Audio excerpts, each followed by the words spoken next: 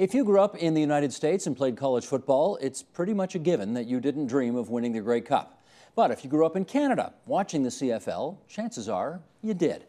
And here's one of those kids who dreamed about hoisting Lord Grey's mug. Michael Collymore played 5 seasons in the CFL as a wide receiver from 1980 to 85, and he joins us now in studio, and it's great to have you back here at TVO. Well, thank you, Steve. It's a pleasure.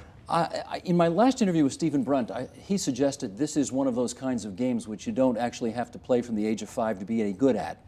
What time did you pick up this game of football?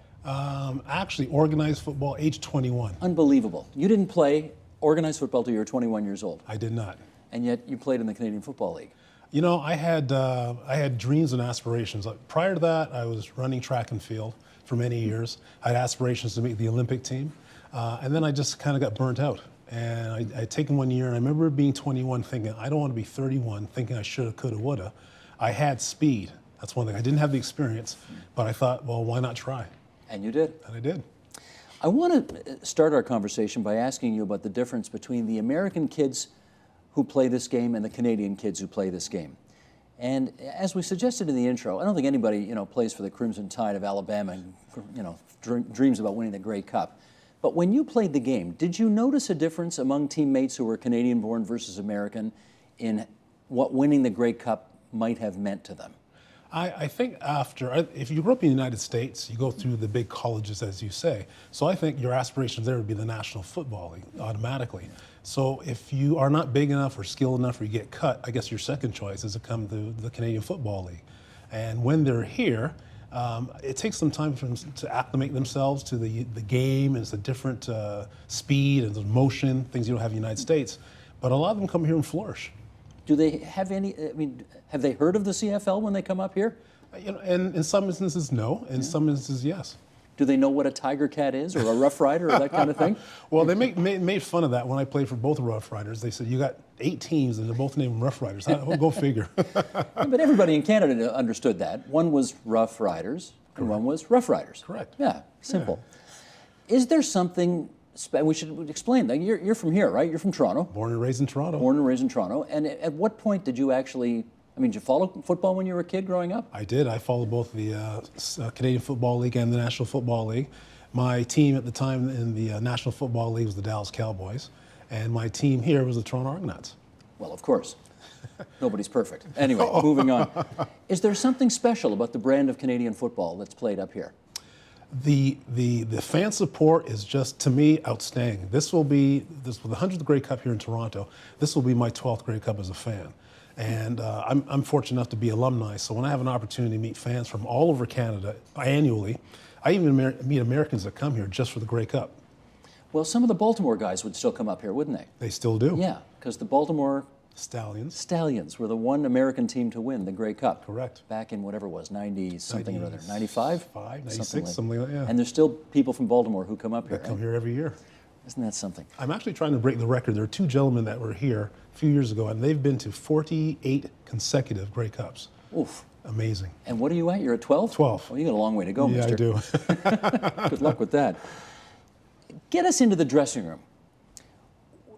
Every team has cliques. What are the cliques that are set up in a typical Canadian football dressing room? Well, if I think back, I can think in particular of the Ottawa Rough Riders, and excuse me, I always knew when the Americans were there because they were the loudest. They had the loudest music, the loudest jokes, and us Canadians were just kind of sitting there, a little mildly, reading our comics in our lockers, and that was kind of rather funny. Do offensive guys only hang out with other guys on the offense? Pretty much. Yeah? Pretty much. Let's go further. Do black players tend to hang out with black players, white players with white players? Oh, we're getting in depth. You know what? I would think you'd find more of that, yes, with American ball players at that time. I don't know about now. Than the mixing. Did you feel inferior playing in the CFL, looking across the border and seeing that $10 billion promo machine known as the NFL over there? I never felt that way. There's a certain confidence that comes with playing as a professional athlete. And when you played the CFL that time, and I guess now they had this thing called the airlift.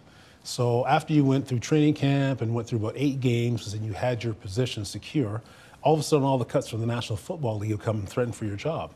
And I used to have discussions with my father all the time. I said, well, if I worry about them, I start dropping the ball, then I'll give the team an excuse to get rid of me. So I just stayed focused, and I was able to, get past that. What did you enjoy about playing football? The camaraderie. I see people today, and I've been retired 30 plus years now, and they'll say to me, do you miss football? The first thing that comes to mind is the camaraderie. Yeah, you do have your cliques, but you have some specific people you get along with, and the jokes that you play on one another. It's a little family. I can't believe you've been retired 30 years. I have been. I mean, look at you, man. Look at the guns on you. You look like you could suit up tomorrow. Well, thank you very much. Have you seen Matt Dunnigan? He looks like he can suit up. He looks like a linebacker. Yeah, but you really... what are you doing? Well, I had good genes. My parents, Yeah. my father, before he passed away, he was into weightlifting, and even well into retirement, he lifted weights 3 times a week, and just I had a good example. And you got some pretty serious bling on there, too. I do. Can we take a look at that? I don't know which camera can get a look at that, but camera 1, this one over here. Okay. Let's see that bling. What is that for? This is my CFL alumni ring. I'm very proud to wear this. This is a recent acquisition, say about a year ago. It has my name, it has the teams I played for, the years I played for, and I had to get used to it because it is rather ostentatious for me. But after about a couple of weeks, I became very comfortable with it. Can I take a little shot here? How'd they fit all the teams that you played on that one little ring? I thought you were going to help me out here. Because you played for a few, eh? I did. You played for, what, 6 teams in 5 years? I played for about 5 teams. Okay. And you look at it 2 ways. Either, yeah, I wasn't good enough to be on these teams, or B, as a friend said to me, you know what, as a Canadian receiver at that time, you had the Canadian-American ratio. So being a Canadian had speed. It was rare. Dwight Edwards and myself were the only Canadians as wide receiver in the CFL. So if a team didn't have a Canadian receiver and I was expendable, then I would just follow suit. Gotcha. Michael, I want you to look up at the monitor because we're going to play a little clip here from something called This Is Our Game. Okay? Roll tape, please. This is a league as diverse as a country. A league of Jacksons and Kwongs, Johnsons and Moscas, Verschavels, Campbells and Conakers. A league of Stiegels, Zambiazis, O'Shea's, and Haji Razulis. This is his league. His league. His league and his league. Her league. Her league. Their league and their league. It's my league. And it's your league.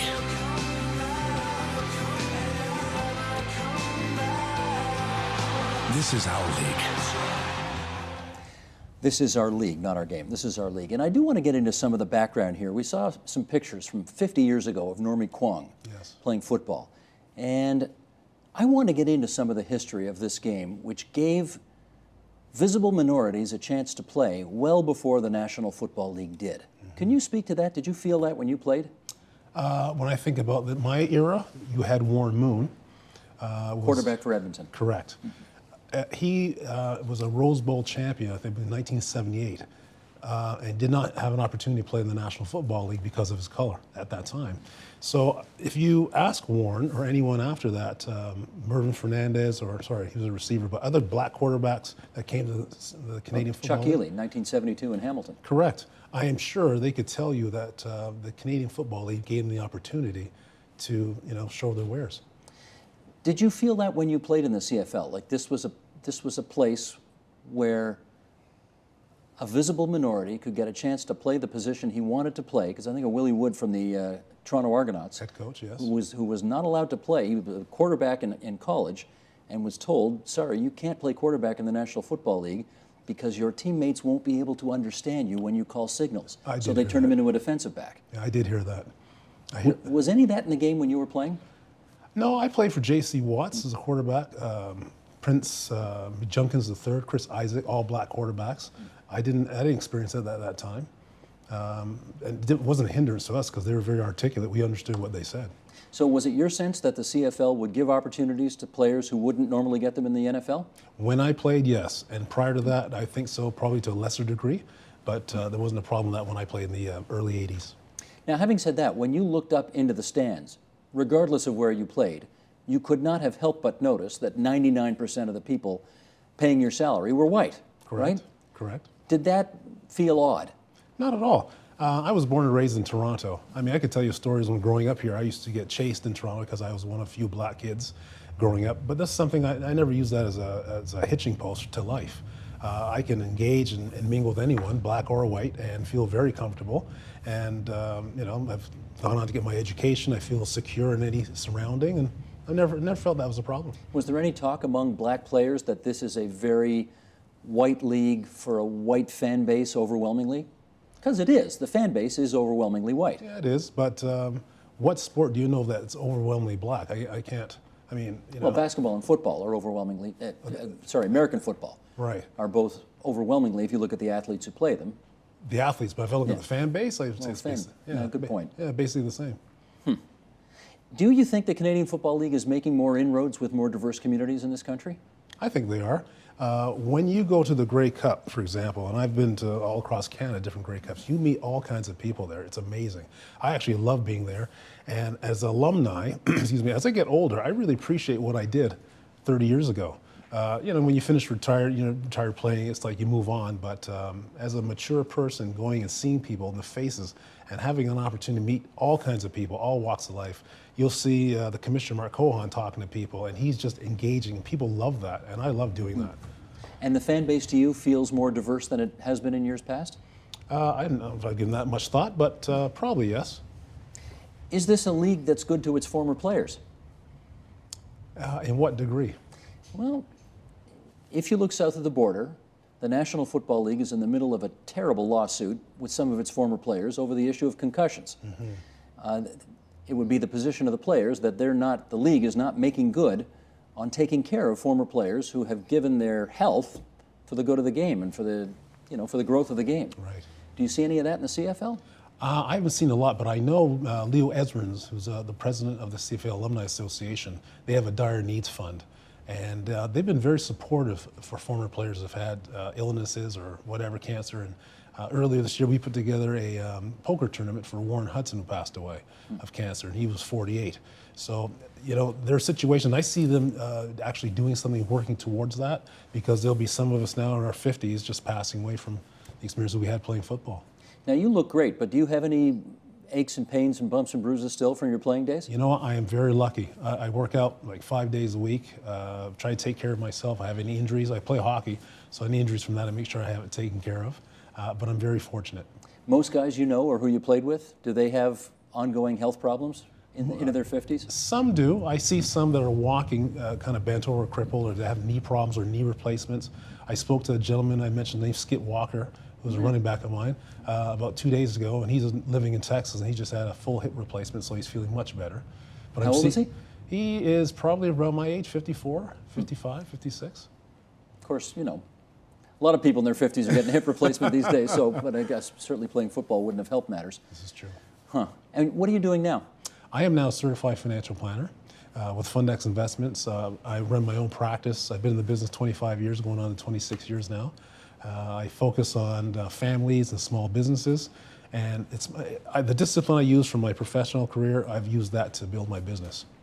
And how much do you regret the fact you never got to hoist that cup? You know what? I do think about that from time to time. That's the one regret. We came here with the Ottawa Rough Riders and we were blown out by the Toronto Argonauts back in 1982 or 1983 by Conrad Holloway and Terry Greer. Now here's some inside information.